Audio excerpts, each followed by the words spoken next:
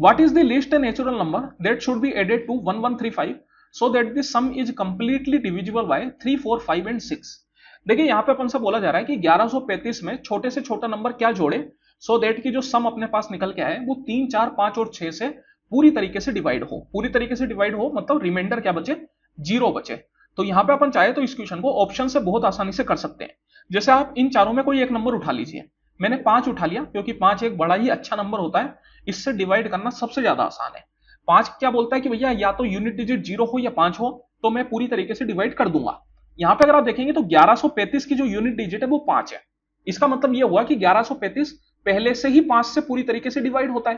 तो वैसे तो इसमें कुछ जोड़ने की जरूरत नहीं है, लेकिन अगर आप ऑप्शन देखेंगे तो ऑप्शन में 0 तो नहीं है, इसका मतलब कुछ ना कुछ तो जोड़ना पड़ेगा। तो फिर 0 के अलावा और क्या मैं जोड़ सकता हूं कि ये 5 से डिवाइड हो, तो फिर मैं 5 जोड़ूंगा तब जाके ये 5 से डिवाइड होगा। क्योंकि 0 से 5 के बीच में अगर मैं कुछ भी जोड़ूंगा तो ये 5 से डिवाइड नहीं हो पाएगा, क्योंकि ये पहले से 5 से डिवाइडेड है। तो अगर आप इसमें 5 जोड़ेंगे तो ये आ जाएगा आपके पास 1140, और 1140 5 से डिवाइड होता है, तो अपन ने क्या जोड़ा, 5 जोड़ा, तो यही अपना आंसर हो जाएगा। अब 3, 4 और 6 इससे चेक करने की अपन को जरूरत नहीं है, क्योंकि देखिए एक ही ऑप्शन पॉसिबल है 5। अगर यहां पे 2 ऑप्शन पॉसिबल होते हैं, जैसे 0 भी आ जाता, तो फिर अपन को चेक करना पड़ता, लेकिन जब एकमात्र ऑप्शन है तो यही अपना आंसर होगा। अब यहां पे अगर मैं नॉर्मली करने जाऊं, मेरे पास ऑप्शन नहीं है, बिना ऑप्शन से मेरे को करना है, तो कैसे करूंगा?